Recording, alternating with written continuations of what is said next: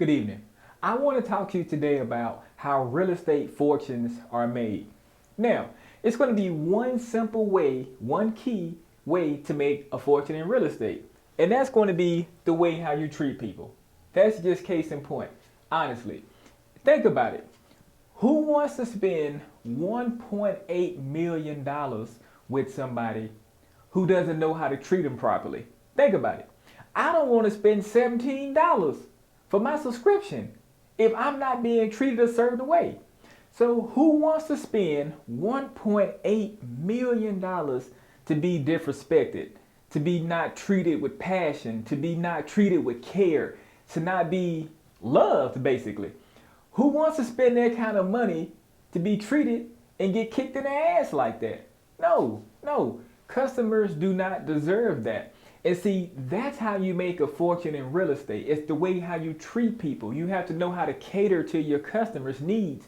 You have to know how to follow up with the customer. You have to know how to talk to the customer. You have to know how to interact with the customer. See, that's going to be how a fortune is made in real estate. Don't get me wrong, looking at the MLS and then, knowing how to talk to your friends and stuff like that. Yes, you make fortune in real estate that way also. But again, that goes back to knowing how to talk and treat people. Even if you have friends or whatnot who are in higher positions than you and everything, and you want to make a fortune in real estate, you still have to know human communication skills. See, that's the key point right there. It's all about communication skills. If you know good communication skills, then you're going to make a boatload of money in real estate, because that's what real estate is all about. Real estate is like a friendly, kind of touchy-feely, kind of things. People high-fiving and patting backs and stuff like that. That's just the nature of real estate. So when you're in this particular line of work right here, you have to kind of play as the Romans play. And see, in order to make a mint in real estate, aka a fortune, I highly recommend to watch how you take care of your customers. Don't worry about making a sale. Don't worry about anything else. Don't worry about your phone, your text message, your rent payment, your mortgage, your G-Wagon note. Don't worry about that. Don't worry about none of that. When you are with your customer, your prospects and everything, when you're with them, please make sure to devote all attention to your prospect whenever they are taking the time out of their busy day to come look at one of your listings. Please make sure you always give your customer your full undivided attention. Don't be thinking about Pokemon. Don't be thinking about Game of Thrones. Don't be thinking about anything else besides catering to this particular customer's needs.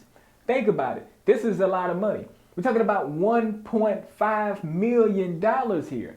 That's a lot of money. That's more money than a lot of people would see in a lifetime. And then this particular person here is dropping this kind of boatload of capital directly in your pocket or whatnot. So that's going to be how you make a fortune in real estate. It's going to be how you treat people. If you treat people bad, they're not going to give you referrals. And see, that's another thing about real estate. Real estate is all built upon how you talk to people, communication, referrals. That's the number one way to definitely make a fortune in real estate, is to have a good name. If you got a good name or whatnot, as long as you don't fuck it up by tarnishing your name in any kind of way, people can always count on you to deliver a fantastic product.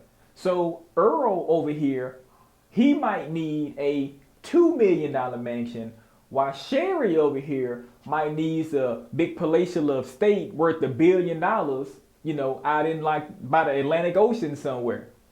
So, if, you are doing what you're supposed to do with the customer, whenever the customer interacts with their friends or confidants and stuff like that, and whenever they talk to their friends, they're like, man, you know what? I'm thinking about selling my house or whatnot. I got this $1 million house. I'm thinking about selling it. So do you know any real estate agents, who are of good caliber, who know the market, who can give me the best value, who know kind of what I want, and who listens to me? That customer is going to say, oh yeah, matter of fact, I do. His name is Tony Reed. You know what? When he sold my house, He sold it for me in XYZ amount of days. He has fantastic customer service. Man, Tony Reed, damn, he's a stand-up guy. See, that's the kind of reaction right there that you want your customers to tell other prospects and things like that to pull them in to your business. See, that's going to be how you make a mint. Again, how you talk to the customer, how you treat the customer, you know. And another thing, please, whenever you, and this is very, very, very critical, whenever you are with customers, please talk to them. Please engage with them. You know, don't just think about, okay, you know, I got this trip to, you know, Crocodile Dundee over here playing and everything. And then I got this and I'm finna go buy this, I'm finna go buy that. If you start thinking like that, you're going to miss your mark and you're not going to be able to make a fortune in real estate because you're going to be appearing too thirsty. You might as well put your straw back in your pocket because you're going to be super thirsty. So again, please always make sure to have your customers' best needs or whatnot in your mind as when you are doing business with them, because if you show your customer that you have their best needs in hand, not your best needs, not your husband's best needs, not your wife's best needs, not your spouse's best needs, not nobody's best needs but that particular person right there who you're dealing with, as long as the customer feels internally that you, the real estate agent, has their best interest at hand and you are meeting all of their needs, they're going to pull the trigger on this deal right here. And then they're also going to drum up you free business just based upon the merits of how good your name is. So again, that's why you always want to keep a good, clean name as being a realtor. Please don't be the realtor that shows up 36 minutes late to the listing and trying to leave 15 minutes early to go to another listing because you're running late to that listing. Please don't be that realtor. You know, when you're that realtor, that actually cuts your money down in half because, you know, customers don't want to deal with shit like that. There's too many realtors out here and there's too many like other things out here going on for you to be dropping the deal like that. So please make sure to always keep the customer's best interest at hand. Know how to finesse the customer. Know how to talk to the customer. You know, that's just like my aunt or whatnot. You know, she's a top elite realtor and she's like, you know, doing really, really well and everything. But my aunt was saying that one of her clients who has like this $1.6 million house asked my auntie to go over there and clean up the house for her. My auntie was like, huh? So my auntie did not clean up this person's house or whatnot.